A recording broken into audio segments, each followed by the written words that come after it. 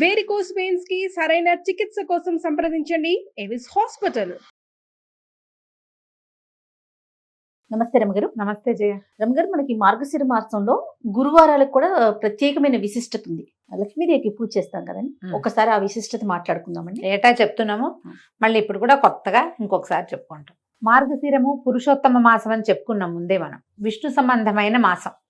ఇప్పుడు మనం విష్ణు సంబంధమైన మాసాలని ముందు మాసాల్లో కూడా చెప్పాం. అవును. శ్రవణ నక్షత్ర సంబంధమైనది శ్రావణ మాసం. అప్పుడు లక్ష్మీదేవి పూజ విశేషంగా అయ్యవారిని కూడా చదువుకోండి. అక్కడి నుంచి శ్రావణం తర్వాత భాద్రపదం లేదు, ఆశ్వీజం తర్వాత కార్తీకం. ఆశ్వీజ మాసం అంతా దుర్గా పూజ చేసాం. అవును. తర్వాత కార్తీకమేమో దామోదర ప్రీత్యర్థం చేసాం. ఈ మార్గశిరము సాక్షాత్తు విష్ణు స్వరూపం. అక్కడ కార్తీక దామోదర ప్రీత్యర్థం శివాభిషేకం దుర్గాభిషేకం చెప్పుకున్నాం. శివాభిషేకం చెప్పాం, కార్తీక దామోదర ప్రీత్యర్థమే సాలగ్రామ దానం అన్ని కూడా అలా చెప్పాం. ఇక్కడ పూర్తిగా ఇది విష్ణు మాసమే. అయితే ఈ విష్ణు మాసంలో ఉన్న గురువారాలు చాలా ప్రత్యేకమైనవి. మామూలుగా మనం శుక్రవారం లక్ష్మీ పూజ చేయటం మన ఆనవాయితీగా ఉంటుంది. భారతదేశం అంతా శుక్రవారాలు పాటిస్తున్నప్పటికీ కొన్ని ప్రాంతాల్లో ఈ గురువారాన్ని లక్ష్మీవారం అంటాం మనకు కనిపిస్తుంది. పల్లెటూళ్ళల్లో కనపడుతుంది. అది కాక పల్లెటూళ్ళల్లో మనవాళ్ళు కాదు, తుని ఆ ప్రాంతాలు, విశాఖపట్నము శ్రీకాకుళం ఆ వైపు కొంచెం ఒరిస్సా వైపుకి వెళ్లే కొందికి దాన్ని లక్ష్మీవారంగానే చెప్తారు. లక్ష్మీవారం అంటారు. ఆ రోజున మనం ఇళ్ళు బూజులు దులపటం కానీ, తర్వాత ఏమో చెత్త బయట పడేయటము, పాత సామాన్లు తీసి బయట పారేయటము అలాంటివి కూడా చెయ్యరు. గురు శుక్ర 2 రోజులు పట్టింపే వాళ్ళకి. ఓకే. మనం మిగిలిన రోజులంతా శుక్రవారమే పాటించిన మార్గశిరంలో మాత్రం ప్రత్యేకంగా లక్ష్మీ పూజ చేసుకోవటం ఒక విధానంగా కనపడుతుంది. ఇప్పుడు మనం మామూలుగా రోజువారీ లక్ష్మీ పూజ కాకుండా మార్గశిర గురువార వ్రతం అని ఒక నోము కూడా ఉంది. నోముకు ఒక నియమం, పూజ అయ్యేదాకా ఏమీ తినకూడదు. గురువారం నాడు నెత్తికి నూనె రాసుకోకూడదు, పూజ అయ్యేదాకా తలకాయ దువ్వుకోకూడదు, ఏమీ తినకూడదు. ముందు చెప్పిందే ఇది. తర్వాత పూజ అయిపోయాక ప్రసాదం పుచ్చుకుని ఈ కథని ఎవరికైనా చెప్పాలి. తెలిసిన వాళ్ళకైనా సరే కథ విను అని ఫోన్లో అయినా కథ చెప్పేయాలి. ఇది నియమం. ఈ నియమం ప్రకారం మనకి ఇళ్లలో ఎవరికైతే మార్గశిర గురువార వ్రతాలు ఉన్నాయో, నోములు వ్రతాలు ఉన్న కుటుంబాలు కొన్ని ఉంటాయి, అలవాటుగా అనుచరణంగా వచ్చినవి.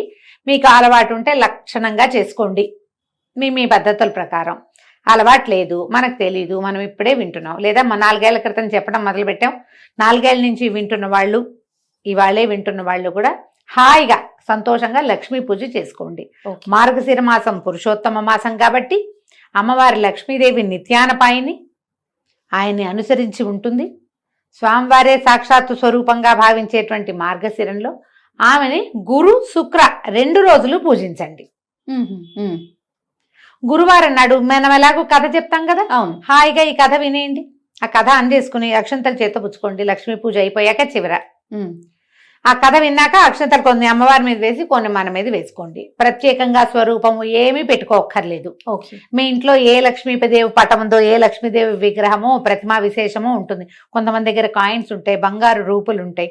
వాటికి పూజ చేసుకునే అలవాటు ఉంటే చక్కగా ఆ రూపుకే, ఆ ప్రతిభకే, ఆ ఫోటోకే పూజ చేసుకోండి. లక్ష్మీ పూజ సులువుగా చేసుకునే విధానం చిన్న చిన్న పుస్తకాలు దొరుకుతాయి. లక్ష్మీ పూజా విధానం కొనుక్కోండి, 5-10 రూపాయల్లో దొరుకుతుంది. ఓకే. ఆన్లైన్ కూడా లక్ష్మీ పూజా విధానం దొరికేస్తుంది. మీరు శ్రీ సూక్తంతో చేసుకోవచ్చు. మామూలుగా షోడశోపచారాల పూజకి కూడా చిన్న చిన్న పుస్తకాలు అవైలబుల్గా ఉంటాయి. అవి చూసుకుని చక్కగా చేసేసుకోండి. పూజ చేసుకోవటం 5 వారాలు 4 వారాలు వస్తాయి. ఈ సంవత్సరం 4 గురువారాలు ఉన్నాయి. ఎందుకంటే మన ఫస్ట్ 2వ తారీఖు నుంచి మొదలు కదా పాడ్యం. ఎప్పుడు మాఘ కాదు, మార్గశిర మాసం 1వ తారీఖు నుంచి మొదలు పెట్టింది. డిసెంబర్ 2 నుంచి మనకి మార్గశిర మాసం మొదలైంది. పోలిపాడ్యం చేసుకున్నాం కదా. అంటే ఈ నెల 4 గురువారాలు ఉన్నాయి. 4 గురువారాలు వచ్చినాయి. మార్గశిర గురువారాలు 4. ఒక సంవత్సరం 5 వస్తాయి. అవును, 5 వచ్చినప్పుడు 5 రకంగా చేసుకుంటాం. 4 వస్తే ఇక 4 రకంగా. ప్రతి వారము ఒక్కొక్క నివేదన చేసే విధానం వ్రతస్థులకి, ఎవరైతే మార్గశిర గురువార వ్రతం ఉందో వాళ్ళకి. మనలాంటి వాళ్ళకి ఆ హడావిడి ఏం లేదు. మామూలుగా చక్కగా పరమాన్నం వండటం, కొంచెం శనగపప్పు వేసి వండుకోండి. మీకు ఓపిక ఉండి, చేతొచ్చి, శక్తియుక్తులుండి బాగా సేవించాలన్న ఆస్తి ఉంటే బూరెలు అలాంటివి కూడా చేసుకోవచ్చు. శనగపప్పుతో బూరెలు చేస్తాం కదా, అమ్మవారికి శనగపప్పు ప్రీతి. లక్ష్మికి సంబంధించిన ధాన్యాలలో ఈ పప్పుల్లో ఇది ముఖ్యమైనది శనగపప్పు. మీకు ఎవరు చెప్పారు? లాంటి చొప్పదంటు ప్రశ్నలు వేయకండి దయచేసి. శనగపప్పు ఇలాంటి లక్ష్మీదేవికి ప్రశ్నలు కూడా ఎదుర్కొంటున్నారా రమణ? బ్రహ్మాండంగా ఎదురు. మీకు ఎవరు చెప్పారు? మీరు వెళ్ళి అడిగారా? ఆవిడ మీ పక్కింట్లో ఉంటుందా? ఇలాంటివి అడుగుతారు. అంటే సనాతనంగా వస్తుంది, మన మన మనం ముందు తరం వాళ్ళు చేశారు, మనం చేస్తున్నాం, అట్లా చేసుకుంటూ పోతాం కదా. పోతాం అంతే. లక్ష్మీదేవికి దానికి ఇష్టమని ఒకళ్ళు వచ్చి చెప్తారా? చెప్పాలా? అడుగుతారమ్మా. ఉమ్. నువ్వు ఎంత సీరియస్ మ్యాటర్ గురించి మాట్లాడినా దాని మీద ఒక చొప్పదంటూ ప్రశ్న అంటారు, దాన్ని వేస్తూ ఉంటారు. మీకు కావాలంటే మీ పక్కింట్లో లక్ష్మీదేవి ఎవరన్నా ఉంటే కనుక్కోండి. మా పక్కింట్లో ఉంది లక్ష్మీదేవి. మా ముందు ఇళ్లలో ఉంది, చెప్తుంది. ఆ, అది. మా ముందు ముందు ఇళ్లలో తరాల్లో ఉంది మనకి. అందుకని మనకు తెలిసింది. అంతే. శనగపప్పుతో ఏదో ఒక పదార్థం చేసుకోండి. పరమాన్నం చేసుకుని పెట్టుకోవచ్చు అమ్మకి, మీ ఓపిక. ఉమ్. నివేదన చేసుకోండి చక్కగా. గురువారం నాడు లక్ష్మీదేవిని పూజించి, శుక్రవారం నాడు ఎలాగో మనం ప్రతి శుక్రవారం పూజ చేసుకునే అలవాటు ఉన్న వాళ్ళు మానేయాలా అని డౌట్ వస్తుంది. మానొద్దు. ఓకే. ఈ నెలలో వారానికి 2 సార్లు లక్ష్మీదేవిని పూజిస్తాం. రోజు లక్ష్మీ పూజ అలవాటు ఉన్న వాళ్ళ సంగతి ఇక మహత్తరంగా ఉంటుంది, వాళ్ళు ఎలాగూ చేసుకుంటారు. శుక్రవారం స్పెషల్తో పాటు గురువారం కూడా స్పెషల్ చేసుకోండి. దీనికి ఒక వ్రత కథ కూడా ఒకటి చెప్పబడుతుంది, చిన్న కథే, అది చెప్తాను. పూర్వం ఒక బ్రాహ్మణ కుటుంబం ఉండేది. పెద్ద భార్య, మొదటి భార్య చనిపోయింది. ఆ భార్యగా సుశీలని ఒక కూతురు ఉండేది. ఈ పాపాయి ఉండగానే తండ్రి ఇంకో ద్వితీయ వివాహం చేసుకున్నాడు. ఇలాంటి కథలు విన్నప్పుడు ఈ 2 పెళ్ళి ఎందుకు చేసుకోవాలి, అదే భర్త చనిపోతే వాళ్ళ అమ్మ పెళ్లి చేసుకుంటుందా, లాంటి ప్రశ్నలు కూడా ఎప్పుడూ తలెత్తుతూనే ఉంటాయమ్మా. పురాతనపు పద్ధతుల్లో ఏంటంటే ఆడవాళ్ళు లేనిదే ఇళ్ళు నడిచేవి కాదు. మగవాళ్లే ఆడపని మగ పని చేసేసేయటము కుదిరేది కాదు. పైగా బ్రాహ్మణ గృహాలలో వీళ్ళకి అగ్ని అవన్నీ నియమాలు ఉండేవి. తప్పకుండా యజనం చేయాలి, రోజువారీ హోమము, దానికి స్త్రీ సహాయం చాలా అవసరం. ఆడవాళ్ళు హోమానికి ఉండటమే కాకుండా సహాయానికి రెండిటికి కావాలి. ఓకే. ఒక ఆడపిల్ల ఉంటే దానికి వివాహం చేయాలన్నా తల్లి లేనిదే, ఆడమనిషి లేనిదే అవన్నీ సాగవు. కాబట్టి తప్పకుండా ద్వితీయ వివాహాలు జరిగేవి. పురాతన గాథల్లో మనకి ఇవే కనపడతాయి. మన తాత ముత్తాతల్లో ఇద్దరిద్దరు భార్యలు ఉన్న వాళ్ళు మనకే ఉంటారు బోళ్ళంతమంది. మనమే కొంచెం పూర్వ చరిత్ర తిరగేస్తే అవునండి, అవును. మన ముందు 3-4 తరాల ముందు ఖచ్చితంగా కనపడతారు ఉంటారు. మనకి. ఇక ఏం చేసేదేం లేదు దాని మీద. ఉమ్. అయితే ఇంకో వివాహం చేసుకున్నాడు ఆయన తండ్రి. ఈ చిన్నపిల్ల ఒక 4-5 సంవత్సరాల పాప ఉండగా, సుశీలని. అయితే ఆయనకి రెండో భార్యకి కుమారుడు, ఒక పిల్లలు కలిగారు వరుసగా. ఇది సవితల్లి ఆవిడ ఏం చేసింది, మారుటి తల్లి ఈ పిల్లకి చంటి పిల్లల్ని ఎత్తుకోవటానికి అప్పచెప్పేది. పిల్లని ఆడించు, తమ్ముడిని ఆడించు, చెల్లిని ఆడించు అని ఆడించడానికి ఇచ్చి, పిల్లలకి ఈ పెద్ద పిల్లకి కాలక్షేపానికి అంత బెల్లం ముక్క పెట్టేది. సో ఈ బెల్లం ముక్క తీసుకో, తమ్ముడిని ఆడించు కాసేపు అంటే తమ్ముడిని తీసుకుపోయేది పిల్ల. తల్లి వచ్చేసరికి ఒక 5-7 సంవత్సరాలు ఉంది. రెండో ఆవిడ వచ్చేసరికి, ఈ పిల్లాడి పుట్టేసరికి దానికి ఒక 7-8 ఏళ్ళు వచ్చినాయి. పిల్లల్ని చంకనేసుకుంటారు 7-8 ఏళ్ల పిల్లలు. అయితే పక్క ఇళ్ల వాళ్ళందరూ మార్గశిర గురువారం నోవులు చేసుకుంటున్నారట. చక్కగా కుందర బొమ్మలాగా ఉండి పిల్లల్ని ఎత్తుకుని తిరిగే ఈ పిల్లని చూసి వాళ్ళు అన్నారు, వసే రావే నువ్వు కూడా నోవు నోచుకుందు కానీ అని పిలిచారు. పిలిస్తే వాళ్ళ ఇంట్లో నోవు ఆ మంత్రాలు అవి వింటుంటే పిల్లకి సంతోషంగా అనిపించింది. ఏం చేసిందట, తమ్ముడు పక్కన కూర్చోబెట్టి వాకిట్లో ఉన్న బంకమట్టి తీసి చక్కగా చిన్న గుండలాగా చేసి లక్ష్మీదేవిలాగా తయారు చేసుకుంది. తన కోసం ఒక ప్రతిమ. అక్కడికి పువ్వులు కావాలి పూజకి. జిల్లేడు పువ్వులు తెచ్చుకుని జిల్లేడు పువ్వులతోటి ఆ లక్ష్మీ అమ్మవారికి పూజ చేసేది. షోడశోపచారాలు ఉన్నాయిగా, ఉపచారాలు చెప్పుకుని పూజ చేసేసి తనకి ఇచ్చిందిగా వాళ్ళ పిన్ని బెల్లం ముక్క, ఆ బెల్లం ముక్కని నివేదన పెట్టేది. మార్గశిర గురువారాలు 5 వారాలు వచ్చినాయి ఆ సంవత్సరం. 5 వారాలు చేసుకుంది. పక్కింటి వాళ్ళు వారానికి ఒక దీనిలాగా మొదటి వారం పులగం, రెండో వారం అట్లు తిమ్మనం, అలాగా 3వ వారం చక్కెర పొంగలి నివేదనలు పెట్టారు. ఈ అమ్మాయికి అవన్నీ చేత కావు, చిన్నపిల్ల కదా, మళ్ళీ పిన్నిని అడిగితే ఏమంటుందో, బెల్లం ముక్క మాత్రం నివేదన పెట్టేది. అట్లా ఏటా చేసుకునేదట. 11 సంవత్సరాలు వచ్చేసరికల్లా 3-4 సార్లు చేసేసింది. ఈ 11 ఏళ్ల పిల్లకి పెళ్లి చేశారు. వెనకాల 2-3 తమ్ముళ్ళు, 2 చెల్లెళ్ళు ఉన్నారు. అయితే పెళ్లి చేస్తే ఈ పిల్ల ఏం చేసింది, అత్తవారింటికి వెళ్ళిపోతూ ముందు వెళ్ళలా, 11వ ఏట ఏం వెళ్ళిపోలే, అలా పంపేవాళ్ళు కాదు, వ్యక్తురాలు అయ్యాక పంపించేవాళ్ళు. తర్వాత కూడా కొన్నాళ్ళు ఇక్కడే పూజ చేసుకునేది. అమ్మా నాన్న శుభ్రంగా ఉండేవాళ్ళు, చక్కగా పిల్లలు కలిగారు, ఇల్లు వాకిళ్ళు లక్షణంగా బాగుండేవి. పిల్ల వ్యక్తురాలు అయిన తర్వాత ముహూర్తం చూసుకుని అత్తవారు వచ్చి అమ్మాయిని కాపురానికి తీసుకుపోయారు. అడ్డుకి తీరిపోయాక తీసుకెళ్తే వెళ్తూ ఈ అమ్మాయి ఏం చేసింది, తను పూజ చేసిన ఆ బంకమట్టి లక్ష్మీదేవి ఉంది కదా, లక్ష్మీదేవి ప్రతిమ, మృణ్మయ ప్రతిమ, అది తీసుకుని వెళ్ళిపోయింది. తీసుకెళ్ళిపోయాక అత్తవారు కొంచెం పర్వాలేదు బాగానే ఉండేవాళ్ళు. ఈ అమ్మాయి వెళ్ళేసరికి వాళ్ళకి ఇప్పటి ముప్పటిగా పాలు పొంగినట్టు సిర్లు పొంగిపోయినాయి వాళ్ళ ఇంట్లో. చక్కగా ఏటా నోవులు చేసుకునేది లక్షణంగా. అంతకుముందు ఇక్కడ ఉంటే బెల్లం ముక్కలు అవి పెట్టేది. అక్కడ అత్తవారింటికి వెళ్ళాక దాని సొంత ఇల్లు, సొంత ప్రపంచంగా చక్కగా వారానికి ఒక నివేదన చొప్పున చేసుకుని లక్షణంగా వ్రతం చేసుకుని అందరినీ పిలిచి తాంబూలాలు వాయినాలు ఇచ్చి లక్ష్మీదేవికి సంతోషం ప్రీతికరంగా ఉండే పనులన్నీ చేసేది. ఇప్పుడు ఇక్కడ ఒక ప్రశ్న, లక్ష్మీదేవికి ప్రీతికరమైన పనులు ఏమిటి?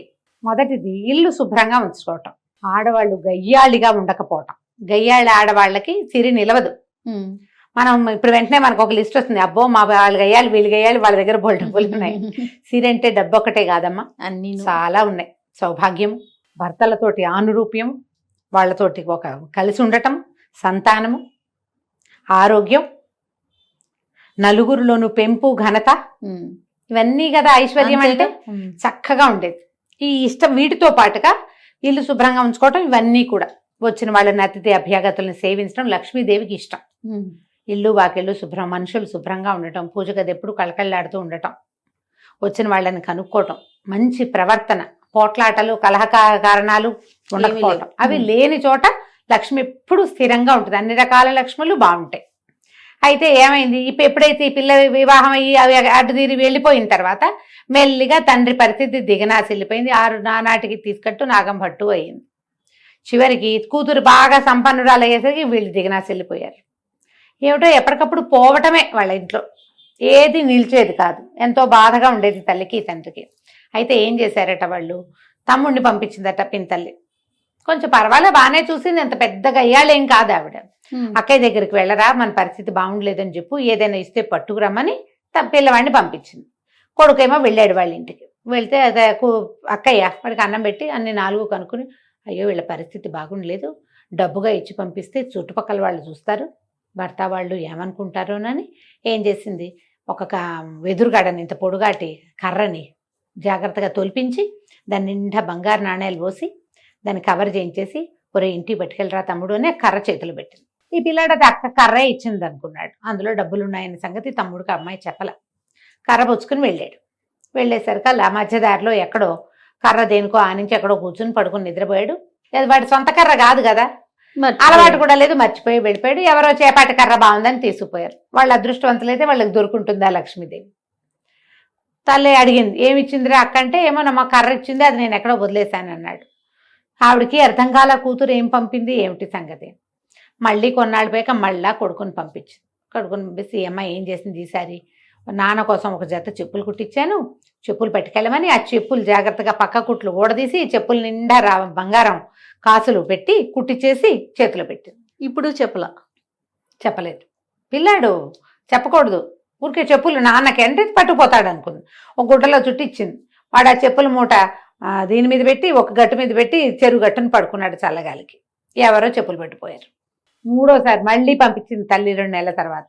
ఈ అమ్మాయి ఒక గుమ్మడికాయ పై డిప్ప తీసి లోపల గింజలన్నీ తీసేసి దాని నిండా బంగారు కాసులు పోసి పంపించింది. ఆ బంగారు కాసులు గుమ్మడికాయ కూడా వాడు వదిలేశాడు. అంటే సంధ్యావందనాన్ని దిగాడు, ఎవరో గుమ్మడి పండు బాగుందని బ్రాహ్మలు ఎవరో వెళ్తున్న వాళ్ళు ఎవరో వదిలిపెట్టి పోయారనుకుని తీసుకుపోయారు. ఇక చివరికి తల్లికి అనిపించింది, ఇక్కడ అమ్మాయి ఏదో సహాయం చేయడానికి ప్రయత్నం చేస్తోంది, పంపిస్తోంది ఏవో వస్తువులు, సరిగ్గా తేలేకపోతున్నాడు. సరే నేనే వెళ్తానని తండ్రిని పెద్ద కొడుకుని వదిలిపెట్టి చిన్నపిల్లలు ఆడపిల్లలు ఉంటే వాళ్ళందరినీ వెంబడి పెట్టుకుని పెద్ద కూతురు ఇంటికి వెళ్ళింది. తల్లి పేదగా ఉన్న తల్లి మాసిపోయినట్టున్న చెల్లెళ్ళని చూసి పిల్ల బాధపడి తల్లిని చక్కగా పోషించి 10 రోజులు ఉంచుకున్నాక ఇదంతా ఏం జరిగింది ఏమిటి మాట్లాడుకుంటే, అమ్మ బంగారు కాసులు పోసానే ఏమైపోయినాయో అంటే, ఎవడో అదృష్టవంతులకు దొరికింది, మనకు అదృష్టం లేదు. ఈ అమ్మాయి ఏమంది, ఇంకా 10 రోజులుంటూ మార్గశిర మాసం రాబోతుంది, నేను మార్గశిర గురువారం నోవులు నోచుకుంటానమ్మా, నాతో పాటు నువ్వు కూడా నోచుకుందు కానీ ఇక్కడే ఉండమని తల్లిని చెల్లెళ్ళని ఉంచుకుంది. ఏమీ తినద్దమ్మా, గురువారం పొద్దున్నే చెప్పింది, ఏమీ తినద్దంటే సరేనంది ఆవిడ. పిల్లలందరినీ కూర్చోబెట్టి సద్దెన్నాలు పెట్టమంటే అమ్మమ్మ సద్దన్నం పెడుతూ పెరుగన్నంలో ఉప్పేయి అన్నారట పిల్లలు. ఉప్పు సరిపోయిందో లేదో చూద్దామని ఒక సద్దెన్నం ముద్ద నోట్లో వేసుకుంది. కూతురు, అయ్యో అమ్మ అన్నం తిన్నావు ఇంకేట పనికి వస్తుంది, తినకూడదుగా, మెతుకు కూడా పోకూడదు లోపల. కూతురు నోచుకుంది నోము. తల్లి సర్దు కూరుకుంది, ప్రసాదం తిని ఊరుకున్నారు. 2వ వారం ఏం చేసింది, పిల్లలకి నెత్తికి తలగా నూనె రాస్తూ ఆ నూనె చేతులు నెత్తికి రాసుకుంది. చాలా మంది చేస్తాం అట్లా. ఇప్పుడు మాయిశ్చరైజర్ కూడా ఎక్కువ పోసుకున్నాం అనుకో చేతిలో, ఎవరో ఒకరి చేతి రాసేస్తాం. ఆ నెత్తికి రాసుకునేసరికి నూనె రాసుకోకూడదు, అసలు నూనె రాసి తలంటి చేయకూడదు గురువారం నాడు. మామూలుగానే పనికిరాదు, ఇప్పుడు అస్సలు పనికిరాదు, పూజకు పనికిరాదు, నోముకు అడ్డంకి. 2వ వారము పోయింది. 3వ వారం కూతురు ఏం చేసింది, అమ్మ ఇట కాదు, నువ్వు ఓ పని చెయ్యి, నేను గొయ్యి తీసి గోతులో కప్పెడతాను, నిన్ను గోతులోనే కూర్చో, బయటికి రావద్దు. తర్వాత పూజ పనంతా తెముల్చుకుని పూజకు ఏర్పాట్లు అయ్యాక నేను లేవదీస్తాను. అప్పుడు నీళ్లు పోసుకుని పూజలో కూర్చుందు కానీ నీ తల్లిని ఒక దేనికోసమో తీసిన గోతిలో కూర్చోబెట్టి పైన ఒక చిన్న పల్చటి చెక్క ఒకటి అడ్డం పెట్టి అమ్మాయి పని చేసుకుంటుంది. ఈ పిల్లలు ఏం చేశారు, 5-6 ఆడపిల్లలు, అమ్మాయికి పిల్లలు ఉన్నారు, పిల్లల్ని తెచ్చింది కదా ఈవిడ కూడా. పిల్లలు ఆడుకుంటూ అరటిపళ్ళు తిని తొక్కలు పడేశారట. ఈ పల్చటి చెక్క వీళ్ళు ఇడిదిరిగి ఆ చెక్క తొలగిపోయి అరటిపండు తొక్కు ఈవిడ దగ్గర పడింది. ఈవిడ అప్పటికి 2-3 గంటల నుంచి ఆ గోతులో కూర్చుని ఉంది. అరటిపండు చేత్తో పుచ్చుకుంటే దాని లోపల అడుగుని ఇట్లా గుజ్జల్నే ఉంటుంది కదా, ఊరికే ఇట్లా గోరుతోటని ఇలా 4కి రాసుకుంది. 3వ వారం కూడా పోయింది. అమ్మ ఏమి తినలేదు కదే అని అడిగితే, కాదే అరటిపండు తొక్కలో లోపల గుజ్జు నోట్లో వేసుకున్నానమ్మా అనేసరికి పనికిరాలి. ఇక 4వ వారం అమ్మ ఏం చేసింది కాదని తల్లిని పొద్దున్న లేవగానే ఆవిడ తన చెంగుగా ఆవిడ చేయి కట్టేసుకుని, నువ్వు నాతోటే ఉండు, నువ్వు ఇంకేం పని చేయదు, నా వెనకాలే ఉండని తల్లితోటే అటు ఇటు తిరిగి మొత్తానికి సరిగ్గా పూజ జరిగే వేళకి స్నానం చేయించి కూర్చోబెట్టింది. తల్లి పిల్ల ఇద్దరు నువ్వు నోచుకున్నారు. తాంబూలాలు వాయనం పెట్టారు లక్ష్మీదేవికి. పెట్టి లక్ష్మీదేవిని ప్రార్థించింది. ఈ ప్రతిమ ఉంది కదా, ఆ ప్రతిమలో నుంచి లక్ష్మీదేవి లేచి వచ్చేదట అమ్మాయి దగ్గరికి. లేచి వచ్చి కూతురు వాయనం తీసుకుని తల్లి వాయనాన్ని వదిలిపెట్టేసింది. లక్ష్మీదేవిని అడిగింది ఈ అమ్మాయి సుశీల, అమ్మ ఎందుకు మా అమ్మ వాయనం తీసుకోలేదు, మా అమ్మ వాయనం కూడా తీసుకో అని అడిగేసరికి, నేను తీసుకోను, నేను చిన్నప్పుడు నువ్వు చిన్నపిల్లగా ఉన్నప్పుడు మీ అమ్మ నిన్ను చీపురు పెట్టి కొట్టింది, నాకు గుర్తులేదమ్మా, నీ గుర్తులేకపోయినా నాకు గుర్తుంది, నువ్వు నోవు నోచుకుంటున్న రోజున చీపురు పెట్టి కొట్టింది, అందుకని మీ అమ్మ ఆయన నేను వల్లను నేను వెళ్ళిపోతున్నాను అనేసరికి ఇలా సుశీల లబలబలాడి బతిమలాడుకుని, పుట్టింట్లో ఉండగానే కదా నిన్ను నేను నేర్చుకున్నాను, నిన్ను ప్రార్థించడం నేర్చుకున్నాను, మా అమ్మ మా పుట్టిల్లు ఇట్లా గది కడుక్కుపోతే ఎట్లా నాకు సాగుతుంది, నా తమ్ముళ్ళు అందరూ బాగుండాలి కదా అని బతిమలాడి అమ్మతో క్షమాపణలు చెప్పించి ఇంకెప్పుడు చేయదు, ఎప్పుడూ చేయలేదు. ఆ రోజు ఏదో చంటి పిల్లలతోటి బాధపడుతూ మా అమ్మ అట్లా ఉద్రేకంలో చేసింది, తర్వాత నన్ను బాగా చూసుకుంది, నాకు పెళ్లి చేసింది, పురుళ్ళు పోసింది అని బతిమలాడి లక్ష్మీదేవిని ఒప్పించింది. అప్పుడు ఆవిడ ఆ వాయనం తీసుకుందట. ఆ తర్వాత తండ్రికి అన్ని రకాలుగాను కలిసి వచ్చింది. తండ్రి పిల్ల తర్వాత చెల్లెళ్ళు పెళ్ళిళ్ళు అయినాయి, తమ్ముడికి పెళ్ళి సంతానం కలిగింది, పుట్టిల్లు కూడా చక్కగా ఉంది. దీంట్లో ఈ కథలో నీతి ఏమిటి, మనతో పాటు మన పుట్టిల్లు కూడా బాగుండాలని కోరుకోవాలి. లక్ష్మీదేవికి అత్యంత ఇష్టమైన విషయాలలో తను ఎక్కడి నుంచి బయటకు వచ్చానో అది కూడా బాగుండాలన్న కోరిక ఉండటం ఆమెకి ఇష్టం. పుట్టింట్లో దంతా లాగేసుకుని అత్తారింట్లో దాచిపెట్టుకునే రకాలు ఎన్ని ఉన్నాయి, ఇప్పుడు చాలా ఉంటాయి. ఈ రకాలు మార్చుకోండి. పుట్టిల్లు వృద్ధి కావాలని కోరిక ప్రార్థించేటప్పుడు దేవుడికి దండ పెడతాం, మా ఆయన, నా పిల్లలు, మా అత్తగారు, మా ఇల్లు, మా ఇంటి పేరు, అదొకటే కాకుండా పుట్టింటిని కూడా ఆడవాళ్ళు కోరుకోవాలని ఈ కథ చెప్తుంది. ఈ కథ విని అక్షంతలు వేసుకోవటం, అమ్మవారి మీద అక్షంతలు వేసి మన మీద కూడా అక్షంతలు వేసుకోండి. పూజ అయిపోయినట్టే. మీరు నివేదన చేసిన పదార్థాన్ని చక్కగా ప్రసాదంగా స్వీకరించండి, చుట్టుపక్కల వాళ్ళకి పెట్టండి. లక్ష్మీకరము అని అనుకునేటువంటి పసుపు కుంకుమ, తర్వాత ఏమో మనము పళ్ళు పువ్వులు అలాంటివి వాయనం ఇవ్వండి. ఓకే. ఒకవేళ మీరు నోముగా చేసుకుంటే మీ ఇంట్లో ఏ రకమైన విధానం ఉందో ఆ విధానాన్ని చక్కగా పాటించుకోవచ్చు. కొత్తవి మొదలు పెట్టుకోవద్దు, నోముగా చేసుకోకండి, పూజగా చేసుకోండి. ఓకే. ఈ నోములు ఏంటంటే అత్తవారిళ్లలో ఉంటే చేసుకోవాలమ్మా, అత్తారింట్లో లేనివి కొత్త మొదలు పెడితే మీకు భయం వేస్తుంది. లేదా మీరు ఇంకొకటి చెప్తా, ఇందులో మీకు చాలా ఉంది మనసు, ఇలా నన్ను యూట్యూబ్ అక్కయ్యల్ని ఫాలో అవ్వకుండా ఎవరైనా మీ కజిన్స్ బాగా క్లోజ్ ఫ్రెండ్స్ ఇది చేసుకుంటారనుకోండి, వారితోటి ఒకసారి వారితో దగ్గరుండి చేయించుకుని వారిని ఫాలో అవుతూ చేసుకోండి. ఒకవేళ మీకు ఆస్తుండి మనసు ఉంటే గనక కావాలంటే ఇలా చేసుకోవచ్చు. కానీ ఇలా పై వాళ్ళు ఎవరో చెప్తే కాదు, కంటితో చూసి నేర్చుకుని చేసుకోండి. నమస్తే. నమస్తే.